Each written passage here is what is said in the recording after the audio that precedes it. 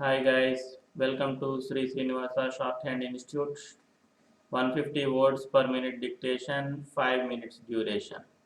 Start. Speaking in the Lok Sabha, an honorable member said, Mr. Chairman, I am glad to participate in the discussion on the railway budget.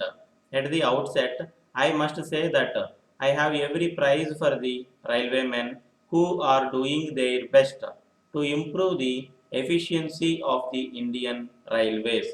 It is only because of their strenuous efforts that we are having a surplus budget.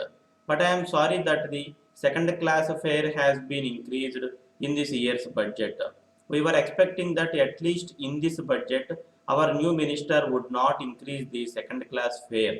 I would request him to reconsider the decision and see whether the second class passengers can be exempted from this levy. Coming to the various aspects of the railways, I must say that the work regarding electrification of the railways has been done very effectively. But at the same time, the employees who are doing this work have submitted a memorandum to the railway administration. I would request that something should be done in their case to redress their genuine grievances. I would request the railway minister to hold a meeting with the representatives of the All India Railwaymen's Federation and also with the representative of railway electrification workers to decide this issue by talking across the table. Now, I would like to draw the attention of the Honorable Minister to another important point, namely the appointment of a wage board. This demand has been supported by the National Federation of Railwaymen also. I happen to be the president of South Eastern Railway Union, which is affiliated to the All India Railwaymen's Federation. We requested the appointment of a wage board with full powers because all the grievances of the railwaymen cannot be thrashed out by sitting across the table or sitting around the table. The time has come when the recommendations of the pay commission have no relation with the rising cost of living today because it was thought by the pay commission that prices would stabilize somewhere. But unfortunately, it has not been possible to hold the price line. I know the railway ministry will say that they appointed a committee and its recommendations have also been implemented. Though in certain cases, the committee's report was accepted in toto by the railway board with slight modifications, it has not been implemented in certain places. I would request the Honorable Minister to see that the recommendations of the committee are implemented fully. Then appointment of a wage board has become a question of life and death for the railway employees throughout the country.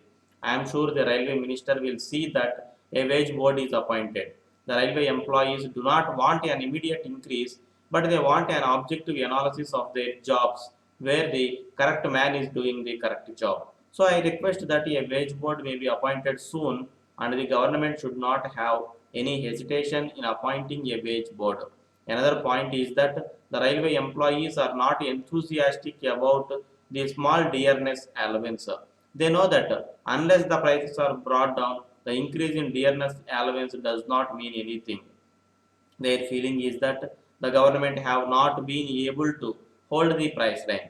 The other alternative is increasing the capacity to pay by raising the dearness allowance. They know that it is a vicious circle and that it will never end. This will result in more inflation. So their request is that cheap grain shops should be established. I do not know why the railway board is opposed to this. At least those items which are used by the workers and employees is their daily life should be made available in cheap grain shops.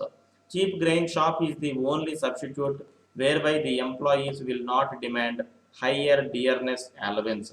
That is why I request that the cheap grain shops may be started. I hope the railway minister will consider this request. My next point is about the night duty allowance. The payment of this allowance is now restricted to some categories of employees. I do not know the logic behind it.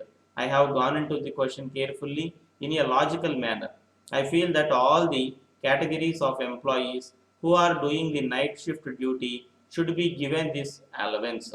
I am sure that this request will also receive the sympathetic consideration of the railway minister and that he will sanction it soon.